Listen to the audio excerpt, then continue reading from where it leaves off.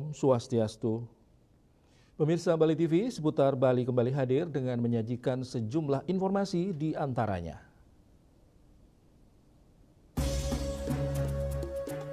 Cuaca Bali sepekan ke depan hujan masih berpeluang terjadi.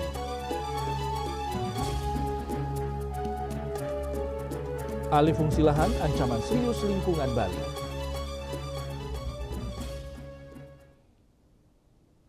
Jangan lewatkan juga informasi menarik lainnya yang sudah disiapkan tim redaksi kami. Bersama saya Pradana Adiputra, inilah seputar Bali selengkapnya.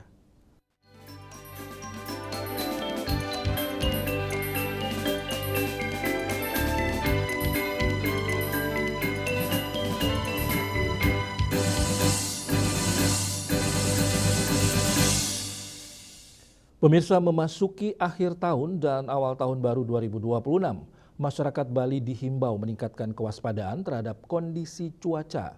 Dalam sepekan ke depan, hujan masih berpotensi terjadi di sebagian besar wilayah Pulau Dewata, disertai angin kencang dan gelombang laut tinggi.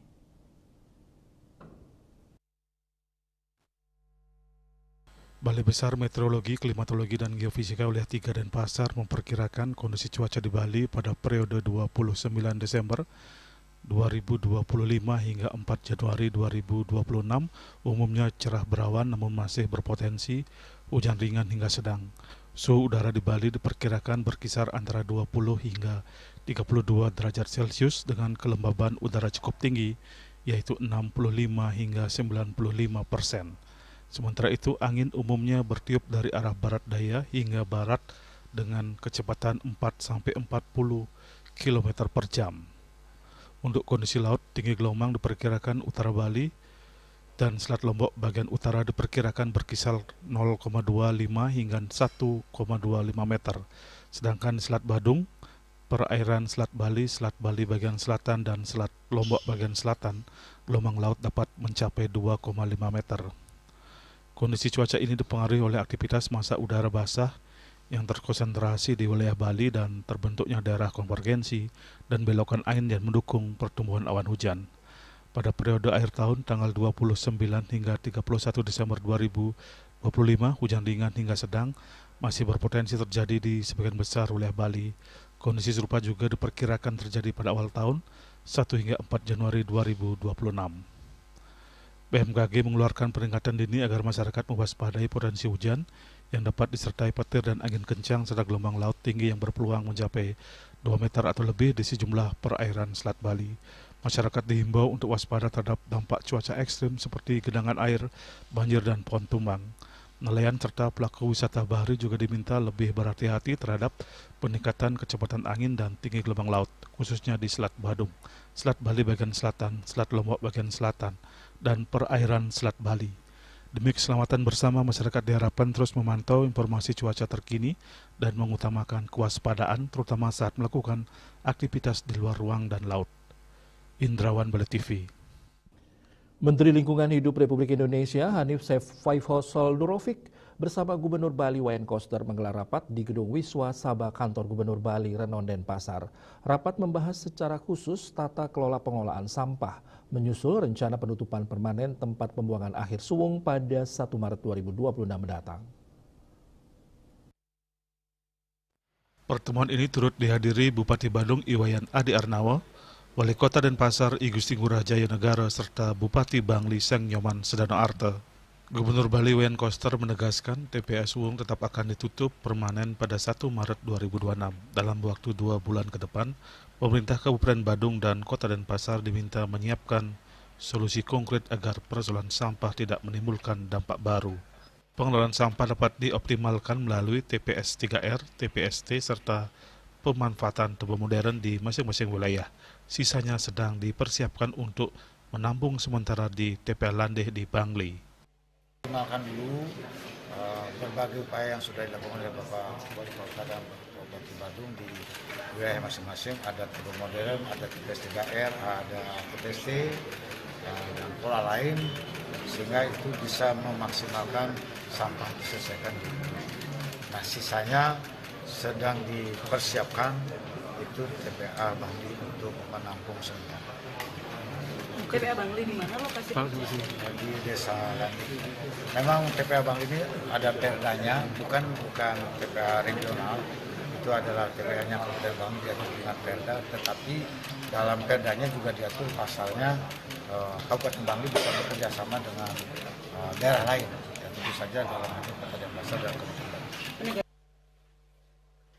Menteri Lingkungan Hidup RI Hanif Faisal Nurofiq menegaskan penutupan TPA Suwung akan diikuti dengan pembangunan fasilitas pengolahan sampah menjadi energi listrik atau PSEL. Proyek ini ditargetkan rampung dalam waktu sekitar 2 tahun. Selama masa transisi tersebut, Gubernur Bali bersama Bupati Badung dan Wali Kota Denpasar diminta segera menyikapi pengelolaan sampah, termasuk melakukan revitalisasi TPA Bangli di Desa Landi agar dapat difungsikan sebagai lokasi penampungan sementara. Pemerintah melakukan tugas bukan. Ini sampah ini memang harus dilakukan pengolahan dengan sangat hati-hati. Jadi ada beberapa alternatif penyelesaian itu, diantaranya juga segera merevitalisasi TPA Bangli yang tadi disebutkan dengan semua instrumennya. Jadi hanya punya waktu 2 bulan jajaran pemerintah provinsi untuk mengupgrade posisi dari TPA Bangli itu untuk sementara bisa digunakan sambil menunggu waste energy. Sementara itu Bupati Bangli Seng Nyoman Sedano Arto menyatakan rencana penggunaan TPA Bangli sebagai TPA sementara masih akan dibahas lebih lanjut dan belum bersifat final. Dan sampai hari ini memang belum ada keputusan final bahwa TPA Bangli menjadi 100% akan dibawa ke Bangli.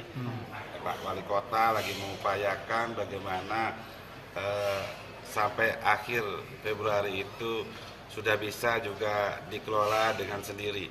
Badung juga langkah-langkah strategis tentang pengolahan sampah di sumber juga sudah banyak sekali dilakukan. Wali Kota Denpasar I Gusti Ngurah Jayanegara menyatakan pemerintah Kota Denpasar tidak memiliki niat membuang sampah keluar wilayahnya. Saat ini Denpasar mampu mengolah sekitar 500 ton sampah per hari dari total 1.000 ton produksi harian. Sisa sekitar 500 ton sampah masih memerlukan solusi. Pemerintah Kota Denpasar pun memohon agar sekitar 200 ton sampah per hari tetap dapat ditampung sementara di TPA Suwung. Nanti kan kita dirapat dulu secara teknis apa benar itu TPA-nya mampu. Kami sudah tadi sampaikan 200 truk itu cukup, beban yang cukup berat juga di jalanan kami sampaikan. Makanya kami menyampaikan kepada Pak Menteri, Pak, jadi kondisinya kan lebih baik kami di TPA aja dulu sampai 2 tahun ini gitu. Ya jadi terlepas dari itu kami tetap bagaimana cara kami untuk memanfaatkan misalkan tempat-tempat lain lagi agar tidak sebanyak itu truknya ke Bangli gitu. Pertemuan ini diharapkan menghasilkan langkah terpadu agar persoalan sampah Denpasar dan Badung dapat tertangani dengan baik sebelum PSEL resmi beroperasi dan TPA Suwung ditutup permanen. Winata Bali TV.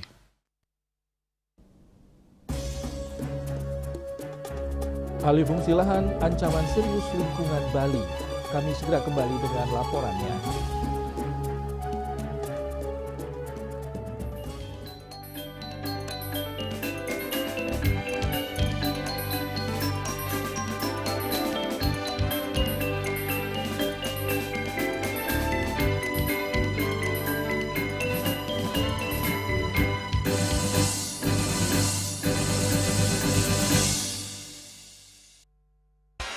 Kak Srido sekarang sibuk apa? Sabtu Minggu ada game.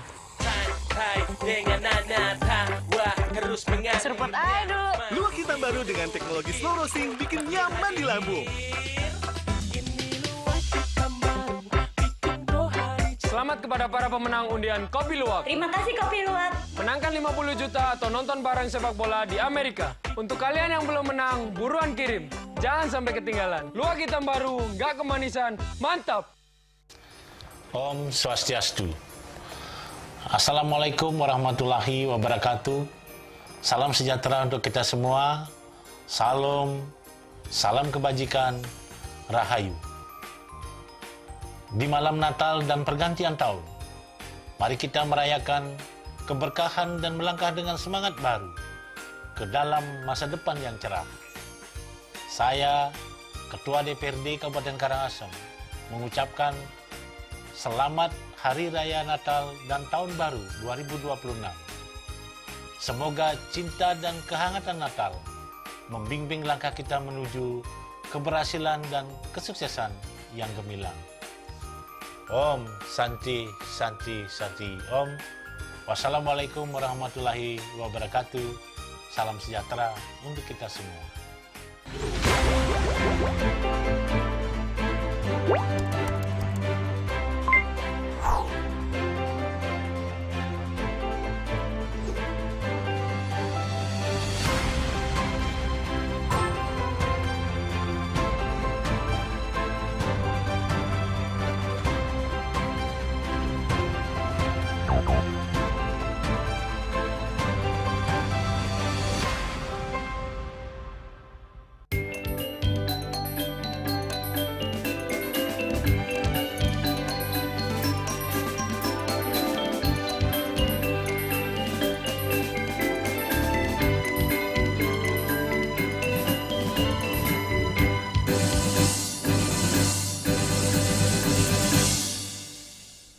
Pemirsa, alih fungsi lahan pertanian di Bali sepanjang tahun 2025 menjadi sorotan serius berbagai pihak.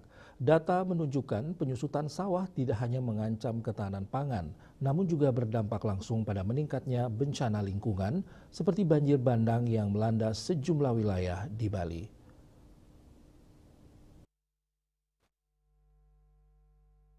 Berdasarkan data Badan Pusat Statistik Bali dalam kurun waktu 6 tahun terakhir, sejak 2019 hingga 2024, sekitar 6.452 hektar lahan sawah di Bali telah beralih fungsi. Rata-rata laju alih fungsi lahan mencapai 1,53% per tahun. Luas lahan baku sawah yang sebelumnya tercatat 70.166 hektar pada tahun 2019, berdasarkan keputusan Menteri Agraria dan Tata Ruang, kini menyusut menjadi 64.474 hektar per Mei 2024. Penyusutan ini menjadi alarm keras bagi keberlanjutan lingkungan Pulau Bali. Sepanjang tahun 2025, persoalan alih fungsi lahan kembali mengemuka setelah terjadinya banjir bandang di sejumlah wilayah Bali. Selain curah hujan tinggi dan persoalan sampah, alih fungsi lahan dinilai memperparah kondisi banjir karena berkurangnya daya resap air. Di Kota Denpasar, pemerintah daerah secara terbuka mengakui bahwa tingginya alih fungsi lahan menjadi salah satu penyebab banjir. Pembangunan perumahan dan kawasan jasa yang tidak disertai sistem drainase memadai mempercepat genangan saat hujan deras.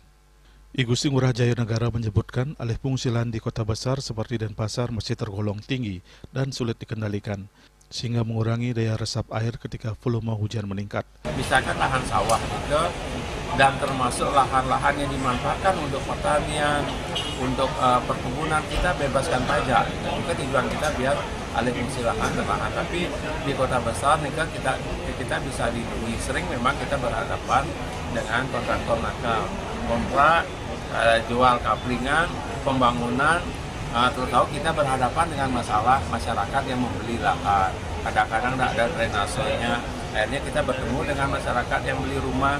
Dia bilang, Pak Wali tiang nyicil, niki dia LPD, niki terluang Pak Wali mati tiang. Gitu. Kadang-kadang itu juga dilema, tapi kita tidak boleh mencari alasan seperti itu. Tapi realita lapangannya seperti itu yang kami sering hadapi. Kadang-kadang kan ada jual kaplingan, beli, dia tidak tahu itu bermasalah, tidak boleh membangun. Padahal dia lagi nyicil. Nah, ini sering terjadi karena itu monitornya itu kan tidak bisa pemerintah secara langsung karena dia kan kita tidak tahu kapan dia jualan, itu kita tidak tahu. Dan artinya ini kan memang salah satu, kita tidak tutup mata, memang ini salah satu penyebab ini kan karena di Denpasar ini kan ada kesilangan juga tinggi. Pemerintah Kota Denpasar mengaku telah berupaya menekan laju alih fungsi lahan dengan memberikan perlindungan dan insentif bagi lahan pertanian, termasuk pembebasan pajak. Namun di lapangan masih ditemukan praktik pembangunan oleh oknum investor yang mengabaikan aspek lingkungan. Dari sisi akademisi, alih fungsi lahan dan pelanggaran sempadan sungai dinilai memperparah risiko bencana. Di beberapa daerah, aliran sungai seperti Das Ayung, kawasan hutan, penyangga, dan resapan air dilaporkan terus menyusut. Akademisi Pertanian Universitas Udayana menegaskan, sempadan sungai seharusnya dijaga minimal 3 kali kedalaman sungai dan ditanami vegetasi. Jika aturan ini ditaati, luapan air tidak akan langsung berdampak ke permukaan warga. Selain itu, penggunaan sistem pertanian konvensional yang bergantung pada pestisida kimia juga dinilai memperburuk kondisi tanah. Struktur tanah menjadi keras dan daya resap air menurun dan risiko banjir semakin meningkat. Di Kota Denpasar sendiri, lahan sawah produktif kini tersisa sekitar 1.658 hektar. Dalam 4 tahun terakhir, penyusutan lahan pertanian dinilai cukup signifikan seiring pesatnya pembangunan sektor jasa dan perumahan. Pemerintah daerah berupaya mempertahankan eksistensi pertanian dengan perbaikan irigasi, bantuan benih dan pupuk, hingga asuransi usaha tani dan perlindungan sosial bagi petani. Menanggapi kondisi tersebut, pemerintah pusat melalui Menteri ATR BPN menegaskan rencana moratorium alih fungsi lahannya khususnya di Bali. Berdasarkan ketentuan nasional, luas lahan pertanian pangan berkelanjutan seharusnya mencapai minimal 87% dari lahan baku sawah, sementara Bali baru berada di kisaran 62%. Di Bali ini, berdasarkan RT RW kabupaten kota seagregat, itu LP2B-nya baru 62% dari total LBS.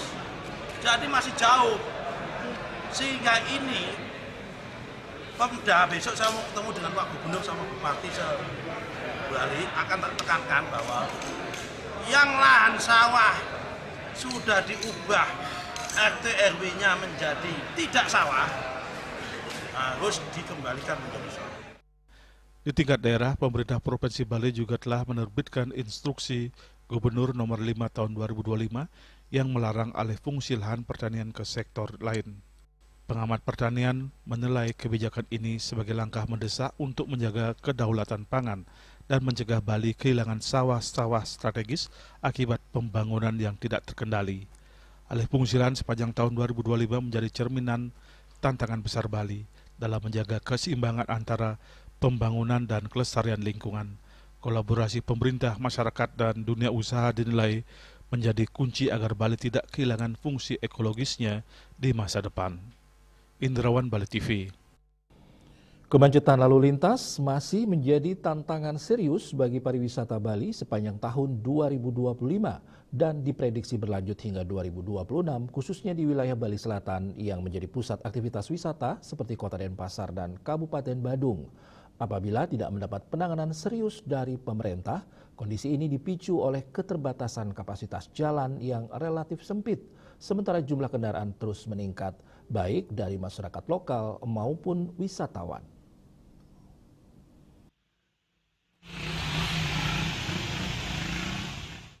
Masalah kemacetan sejatinya merupakan isu klasik yang telah lama membayangi pariwisata Bali dan berdampak langsung pada kenyamanan wisatawan. Di tengah upaya pemerintah daerah mendorong pariwisata berkualitas, persoalan ini dinilai belum sepenuhnya teratasi. Pengamat pariwisata, Panudiana Kun, menegaskan bahwa konsep pariwisata berkualitas tidak dapat semata-mata diukur dari kemampuan belanja wisatawan.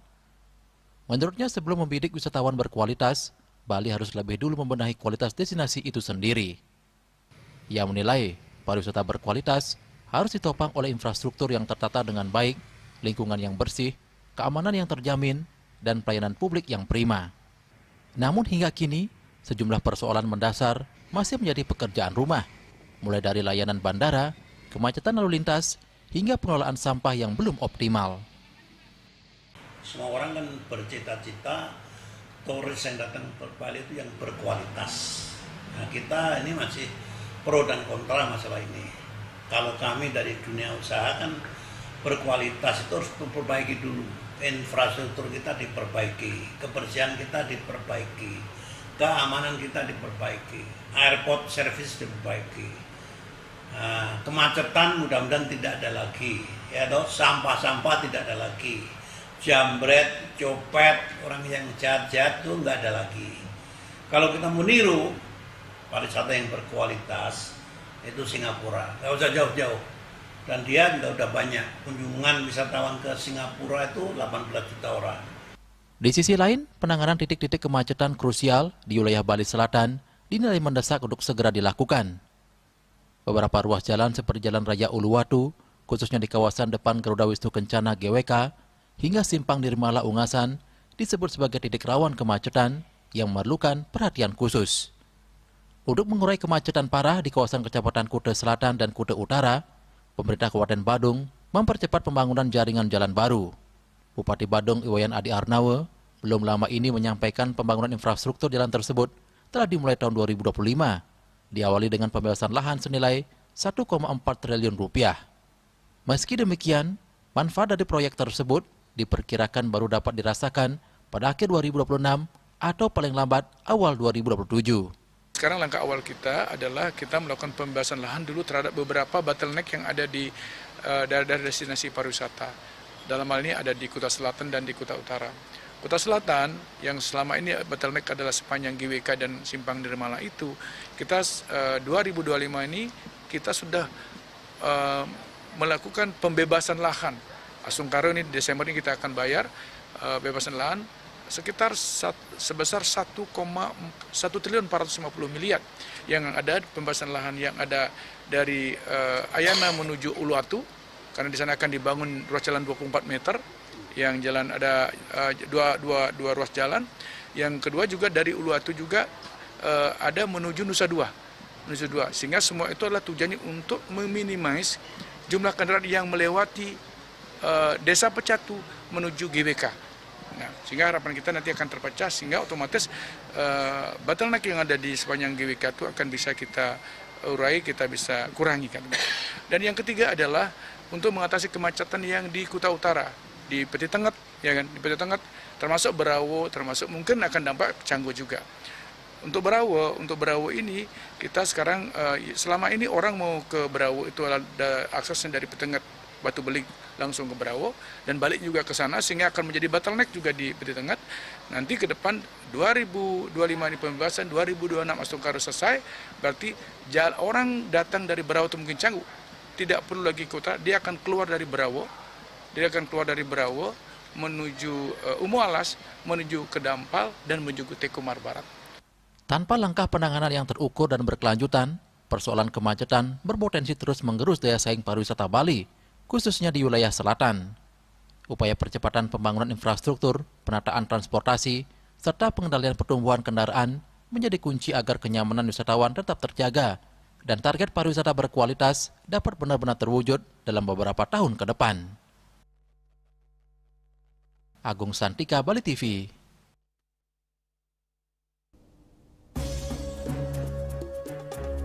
Kami akan segera kembali dengan informasi BKS LPD Bali bersama Forum Media Peduli LPD menggelar diskusi akhir tahun 2025.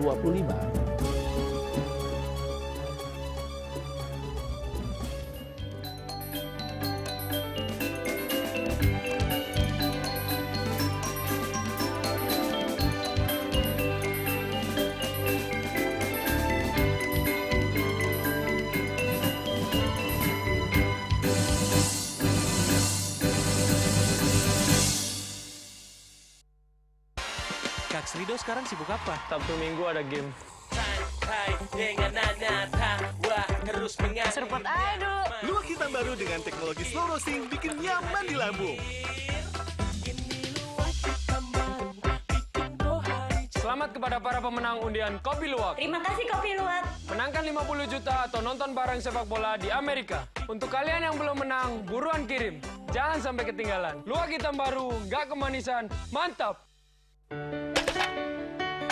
Amco, cat kayu dan besi. 1 tahun telah berlalu dengan segala prestasi, pencapaian, tentu dengan kekurangan dari kegagalan yang terjadi. Bersamaan yang hangat dengan penuh kasih sayang merupakan wujud rasa syukur dan bakti kepada Tuhan yang harus kita pupuk kepada sesama. Di tengah keheningan hari Natal, lahirlah kedamaian yang membawa kita bersama untuk bisa selalu berbagi bahagia. Keluarga besar Yayasan Sri Kesari Warmadewa dan seluruh sivitas akademika Universitas Warmadewa mengucapkan selamat hari Natal dan tahun baru 2025. Semoga kita semua diberi kesehatan, kesuksesan, kebahagiaan, dan kesejahteraan dalam menyertai langkah kita, serta kita tingkatkan semangat baru, harapan baru untuk mewujudkan cita-cita dan kesejahteraan untuk kita semua.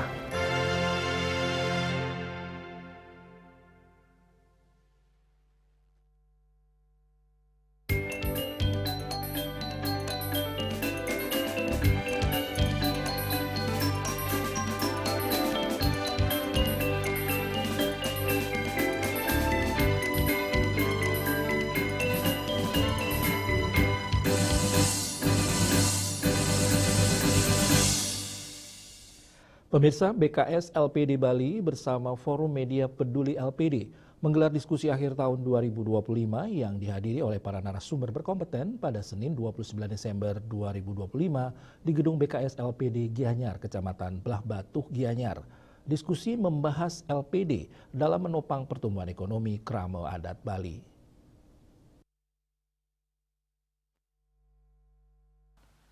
Ketua Panitia Inyoman Sunaya mengatakan kegiatan diskusi dihadiri sejumlah pejabat daerah, tokoh lembaga, akademisi, pelaku usaha, dan perwakilan media.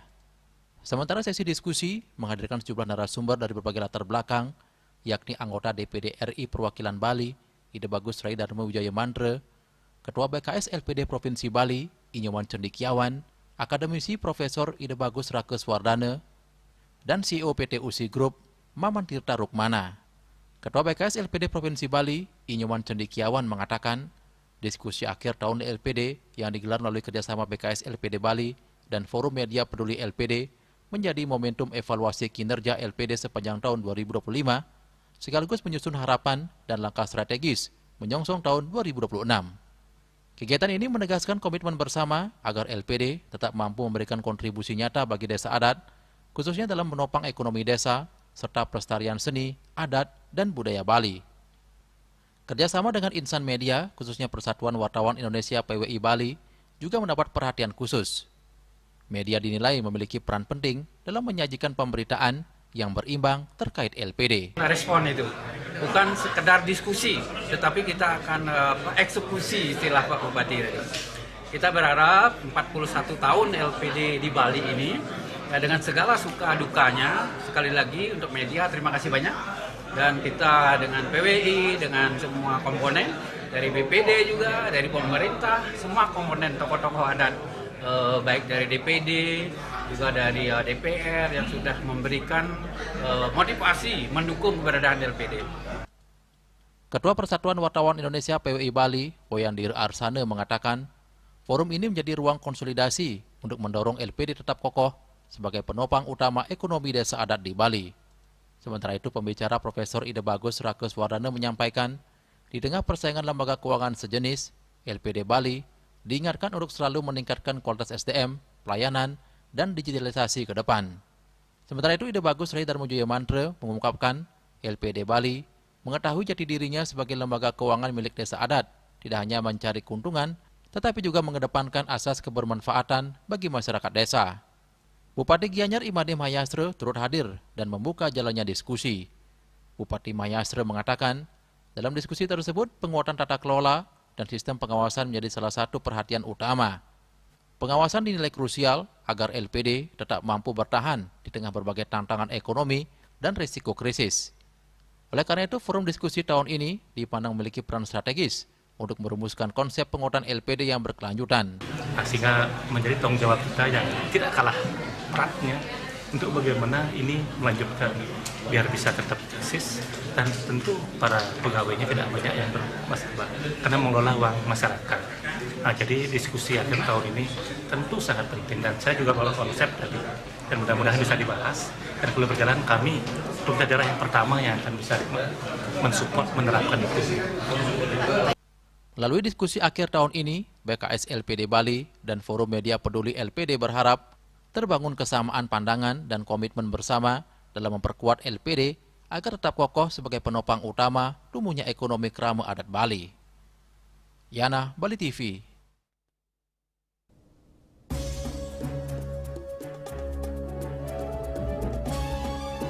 Meningkat kriminalitas di wilayah hukum Polresta Denpasar. Kami segera kembali dengan informasinya.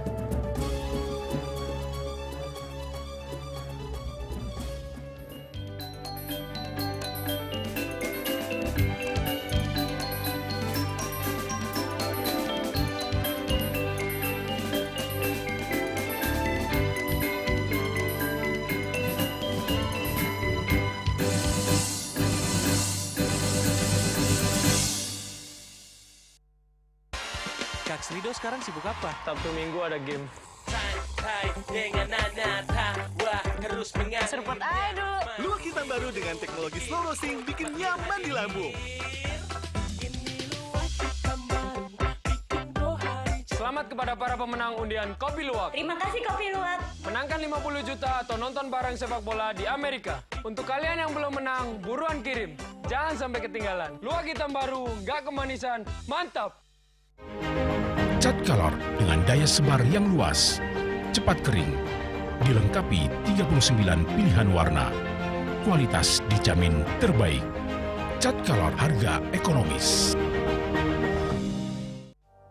Musim hujan tiba, bencana banjir bisa mengancam jika kita tidak waspada. Kebiasaan buruk seperti membuang sampah sembarangan bisa menyumbat aliran air.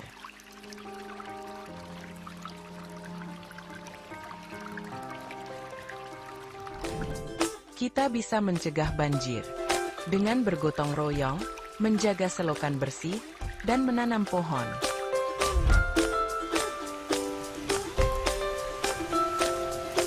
Siaga di musim hujan, jaga lingkungan kita.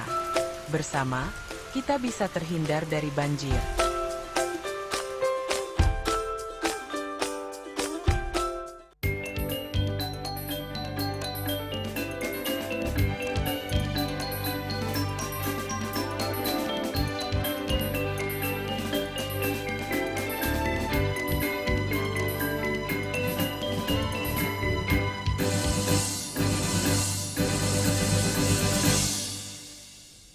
Pemirsa, kriminalitas yang menonjol di wilayah hukum Polresta Denpasar pada tahun 2025 mengalami tren meningkat 1,65% dibanding 2024. Selama 2025 terjadi 12 kasus menonjol yang didominasi kasus ruda paksa.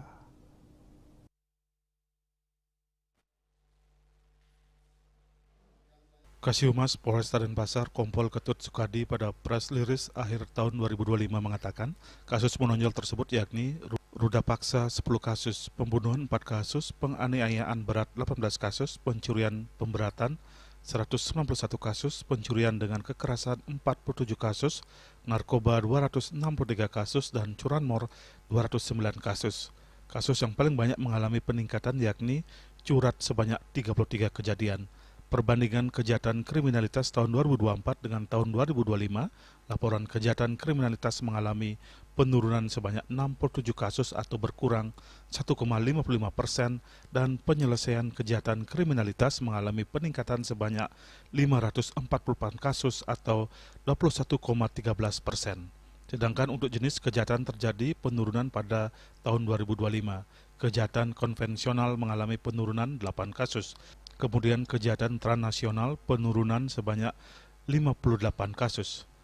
Dan untuk kejahatan terhadap kekayaan negara mengalami penurunan sebanyak 1 kasus.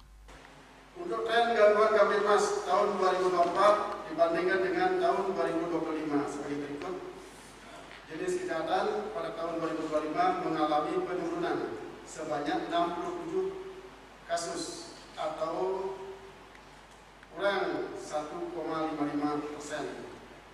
Sementara dari Januari sampai Desember 2025, Satres Narkoba Polresta Denpasar mengamankan barang bukti narkoba yakni 6.902,06 gram ganja, 4.679,38 gram sabu, 3.352 butir ekstasi, dan 722,02 gram tembakau gorila. 21,41 gram serbu ekstasi serta 0,8 gram mefedron dengan jumlah pelaku sebanyak 325 orang. Raiswantaro, Bali TV. Selama tahun 2025 terjadi 414 kasus kriminalitas di wilayah hukum Polres Badung dan berhasil diungkap sebanyak 298 kasus. Berdasarkan data bahwa tren gangguan Kamtibmas pada tahun 2025 dibandingkan tahun 2024 mengalami penurunan 68 kasus atau 11,29%.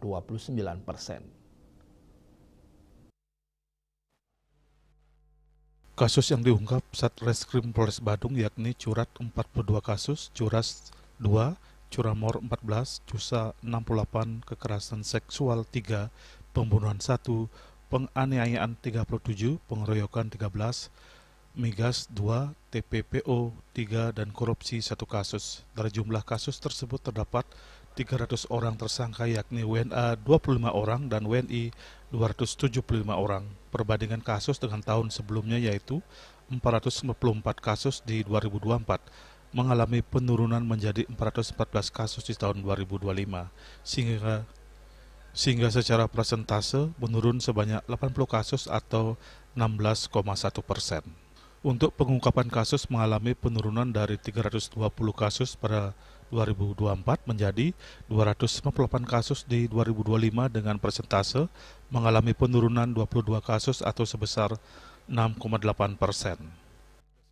Tindak pidana yang terjadi mengalami penurunan 6,8% atau 22 kasus dibandingkan tahun 2024. Di 2024 itu ada kejadiannya ada LP-nya ada 436, sekarang di tahun 2025 LP-nya 414 dengan penyelesaian 298 kasus.